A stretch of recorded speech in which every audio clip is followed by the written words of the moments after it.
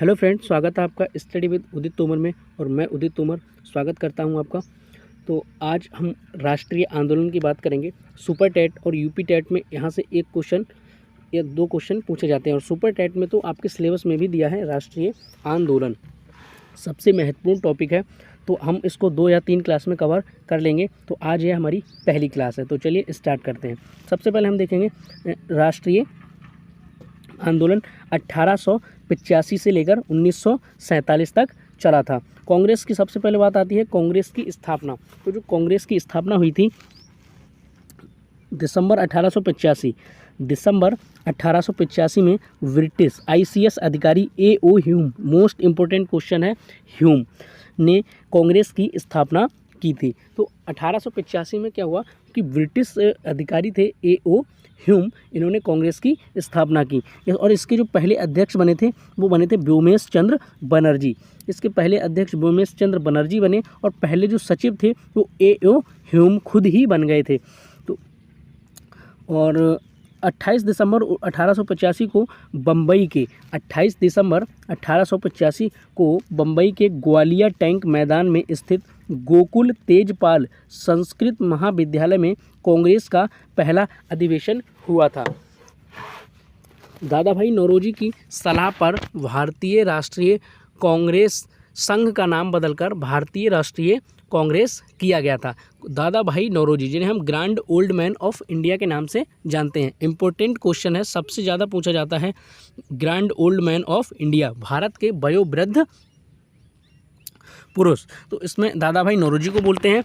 तो इन्होंने क्या किया था कि भारतीय राष्ट्रीय संघ नाम का बदलकर भारतीय राष्ट्रीय कांग्रेस कर दिया। इसके जो वायसराय थे लॉर्ड, उस टाइम जो वायस 1885 में कांग्रेस की स्थापना होती है, उस समय लॉर्ड डफरिन वायसराय थे। पहले मुस्लिम अध्यक्ष बदरुद्दीन तैयब जी, ये देखिए स्टेट 2019 में ये क्वेश्चन पूछा भी गया है। पहले ईसाई अध्यक्ष जॉर्ज यूले। पहली महिला अध्यक्ष, जो पहली महिला अध्यक्ष बनी थी वो बनी थी Annie Besant. Annie Besant Indian Congress की पहली महिला अध्यक्ष बनी थी।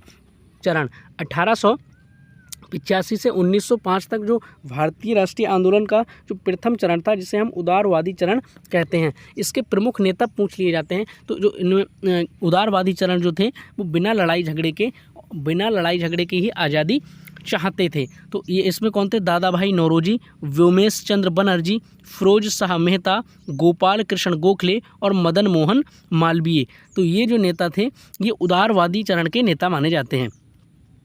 1888 में सैयद अहमद खान ने एंग्ला मुस्लिम डिफेंस एसोसिएशन की स्थापना की थी। हो सकता है ये क्वेश्चन पूछ लिया जाए। और उदारवादी क्या थे? उदारवादी जो नेता थे वो प्रार्थना पत्र के माध्यम से ब्रिटिश सरकार के सामने अपनी मांग रखते थे।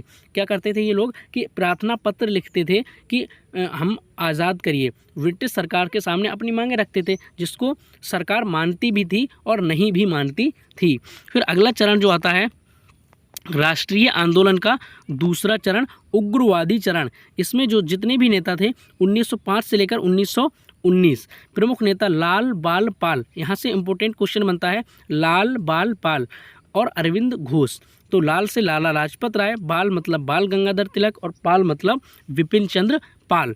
और ये लोग, इनका मानना था कि भारतीयों को मुक्ति स्वयं के प्रयासों से मिलेगी। ये लोग विदेशी वस्तुओं का बहिष्कार, स्वदेशी और राष्ट्रीय शिक्षा पर बल दे रहे थे।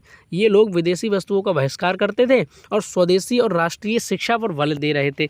तो ये उग्रवादी 1893 में तिलक ने गणपति महोत्सव, इम्पोर्टेंट क्वेश्चन है, पूछा भी गया है। और 1895 में शिवाजी महोत्सव की शुरुआत की थी। 1893 में बाल गंगाधर तिलक ने गणपति महोत्सव की शुरुआत कर दी और 1895 में शिवाजी महोत्सव की शुरुआत कर दी थी। बात आती है अब बंगाल विभाजन 1905। तो वायसराय लॉर्ड कर्जन ने 20 जुलाई 1905 को बंगाल विभाजन की घोषणा की, जिसके परिणाम 7 अगस्त को कलकत्ता के टाउन हॉल में स्वदेशी आंदोलन की घोषणा हुई थी। क्या किया था कि लॉर्ड कर्जन ने बंगाल का विभाजन कर दिया। तो बंगाल का जब विभाजन कर दिया तो 7 अगस्त को कलकत्ता के टाउन हॉल में स्वदेशी आंदोलन की भी घोषणा हो गई। 16 अक्टूबर को बंगाल विभाजन लागू हो गया।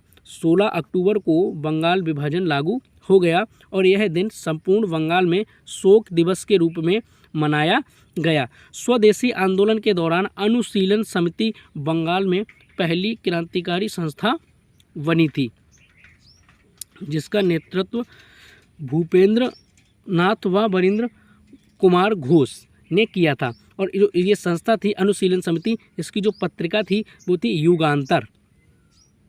स्वदेशी आंदोलन के दौरान रविंद्रनाथ टैगोर ने आमार सोनार बांग्ला गीत लिखा, जो बाद में क्या हुआ 1971 में बांग्लादेश का राष्ट्रीय गीत बना था।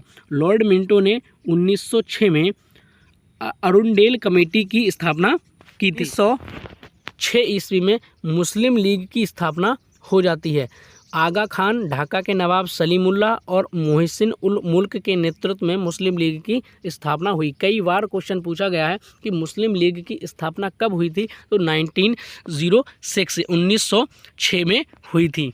कांग्रेस का कलकत्ता अधिवेशन 1906 में कलकत्ता में अधिवेशन हुआ था, जिसके अध्यक्ष भाई grand old man of India दादा भाई नौरोजी थे। इसमें नौरोजी ने स्वराज की मांग रखी थी। अगर क्वेश्चन पूछ लिया जाए कि स्वराज की मांग किस अधिवेशन में रखी, तो कलकत्ता अधिवेशन में रखी। कौन सी सन में रखी, तो 1906 में रखी।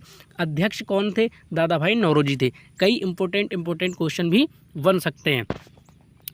अगली हम बात करेंगे सूरत अधिवेशन। 1907 ईस्वी में सूरत अधिवेशन हुआ था।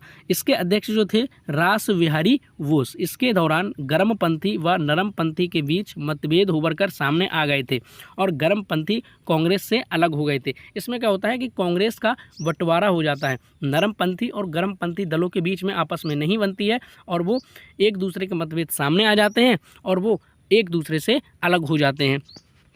दिल्ली दरबार 1911 ईस्वी में दिल्ली दरबार 12 दिसंबर 1911 को इंग्लैंड के राजकुमार जॉर्ज पंचम व महारानी मैरी भारत आए, जिनके सम्मान में इस दरबार का आयोजन किया गया था।